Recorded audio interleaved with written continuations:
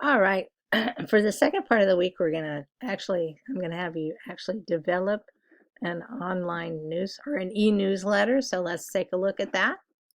So by Monday, I want you to create an e-newsletter letter to send out.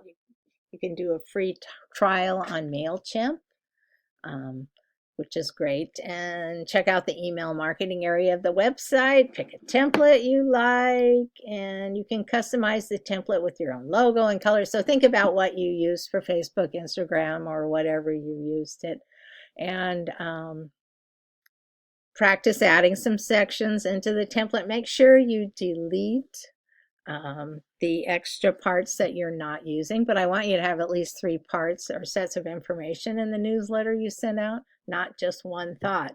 So that it doesn't have to be complete information, because you can always add read more at the bottom of each separate set. And think about, like I said, newsletters that you get already that you're interested in, and they usually cover the areas of the content that go with that. And make sure you fill in all the areas of the template. So you should have some images that you stick in there, and as well as written content to go with each of the images. And you need to put in your business name and logo and all that kind of thing. So look at the samples that you've gotten in your own email. I'm sure you've gotten at least some. Um, that's what we were looking at for the beginning of the week. And so you'll want to put it in for email marketing spring 2025.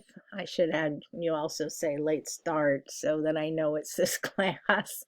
And although theirs isn't coming in yet. And include your name in the newsletter somewhere so that I know it's for you. But send it to these 2 different email addresses that I have, so that I make sure and get one. Sometimes they don't come through with one or the other. And like I said, put your name in there somewhere, and you're going to be graded on content, creativity, grammar, organization, and brand identity. I want to be able to look at the newsletter and know that it's your branding, your what you're working on through the semester. And then think about adding a post about your newsletter on your Facebook or Instagram page. You could have sign up information or screen capture of the newsletter or something. And then go ahead and add another post and comment on 3 or 4 of your classmates' blog posts, giving them some ideas on what they had for their newsletter ideas for week 7, part A.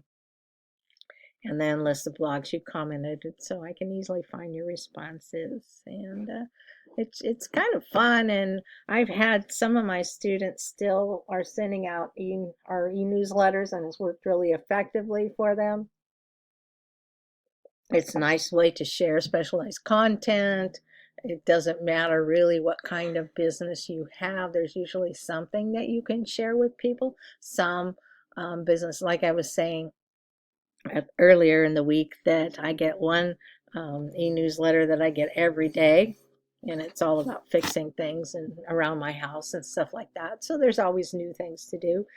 Some people business only send out like once a month or quarterly or something. Anything less than quarterly is, you almost disappear, and people just automatically think it's junk. So think about what would work effectively for you. I've had people in the past that had flower businesses. They like to send it out like a month or so before, like Mother's Day and Easter and Christmas and things like that. Put an emphasis on, hey, this is a great time to send flowers out to your favorite people, but you need to get the order in early, and show some samples of your products and things like that.